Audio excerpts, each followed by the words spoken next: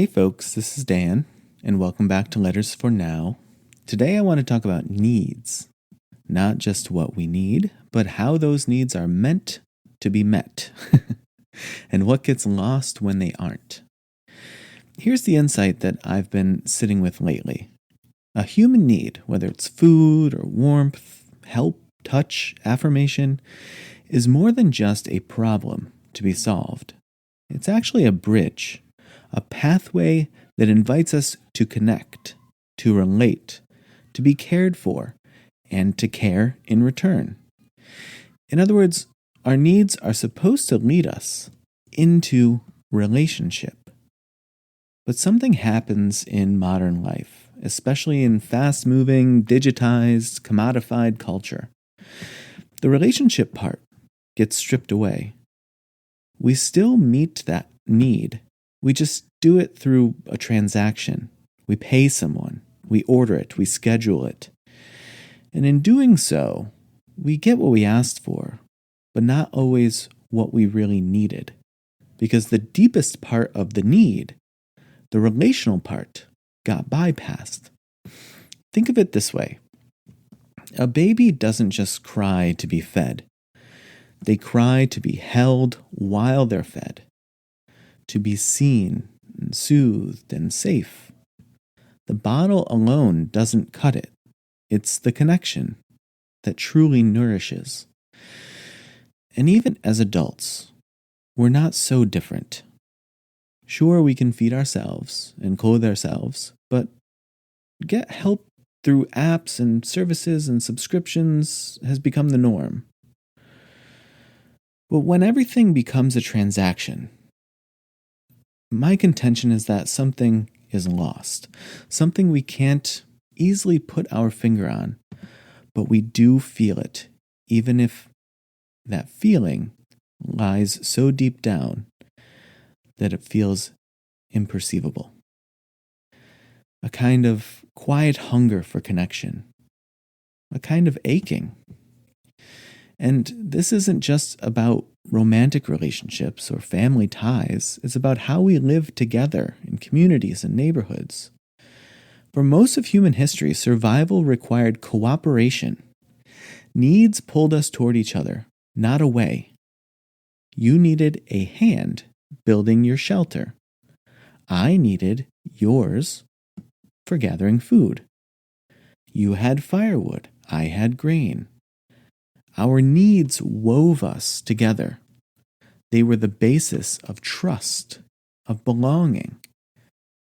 But now we outsource it and we automate things and we swipe a card to solve the problem alone, meaning we don't transact in a way that allows for the full meaning of the problem, aka the need, to be met. And to be clear, this isn't a guilt trip about modern convenience. Convenience is often a gift itself. But I would say that it becomes a trap when we start believing it's a replacement for a relationship, or that we don't even realize the relationship that we were supposed to be ensuring through attaining that need in the first place. Because the truth is this: we weren't built just to receive. We were built to be received by others, to be known and welcomed, to have someone say, "Let me help," not because you paid me, but because I see you and because you matter to me. That's the part we're starving for. That's what all the frictionless systems cannot give us. And ironically, that's often what we're really looking for, even when we think we're just looking for the thing itself. It's not just the cup of coffee. It's the conversation that comes with it. It's not just the advice, but the presence of someone who cares enough to give it.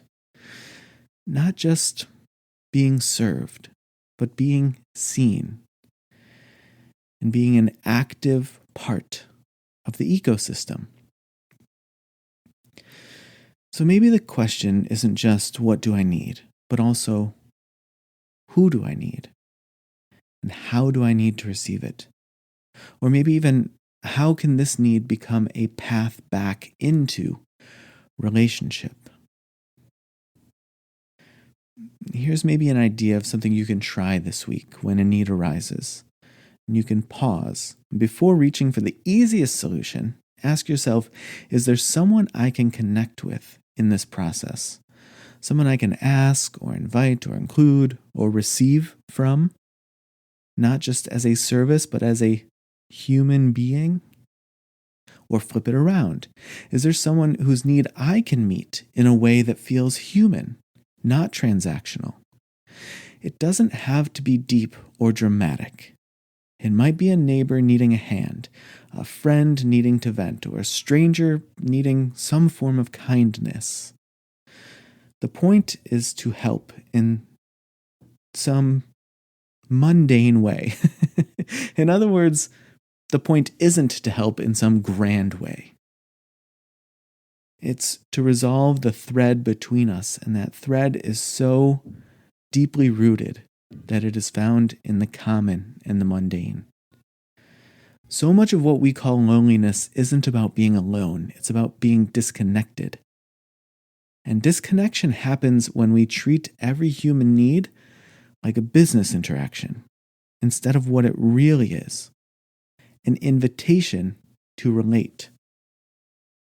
So here's what I'm learning.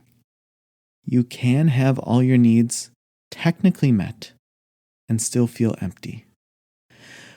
But one moment of shared care, one small, genuine encounter, can fill something deeper than a dozen transactions ever could.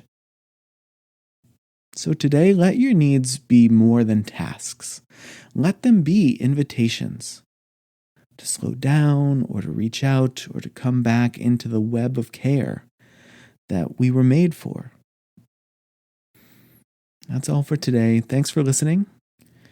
This is Letters for Now, and I will see you next time.